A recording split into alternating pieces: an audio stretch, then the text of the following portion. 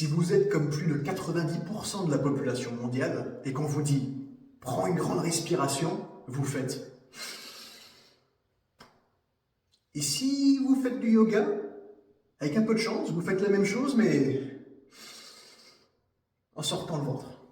Et en réalité, on ne peut pas vous en vouloir, on ne vous a jamais appris à respirer correctement. Il y a deux notions à comprendre quand on vous dit de prendre une grande respiration. Qu'est-ce qu'on entend? Est-ce que c'est un grand volume d'air ou est-ce que c'est une respiration profonde? Le principe, c'est qu'une grande respiration, un grand volume d'air, va servir à répondre à un besoin métabolique. Vous êtes essoufflé, plus d'afflux d'air. Une respiration profonde est une respiration où on va utiliser le diaphragme. Quand vous respirez, qu'est-ce qui fonctionne? Le nez, ensuite les poumons, ensuite le diaphragme. Le diaphragme est en réalité le premier muscle qui lance le réflexe respiratoire.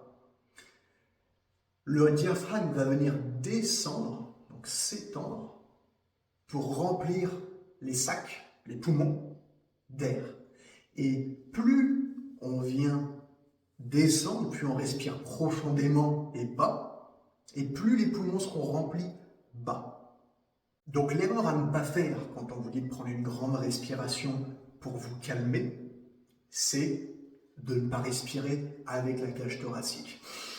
Monter les épaules, gonfler le thorax. On parle d'une respiration basse. Lorsque vous respirez par le diaphragme, vous emmenez l'air le plus bas possible dans les poumons, dans cette zone la plus basse. C'est là où la plus grosse concentration d'alvéoles se trouve, et c'est donc là où les échanges gazeux se font de manière la plus efficace. C'est donc là que vous emmenez votre oxygène de manière la plus efficace vers les muscles.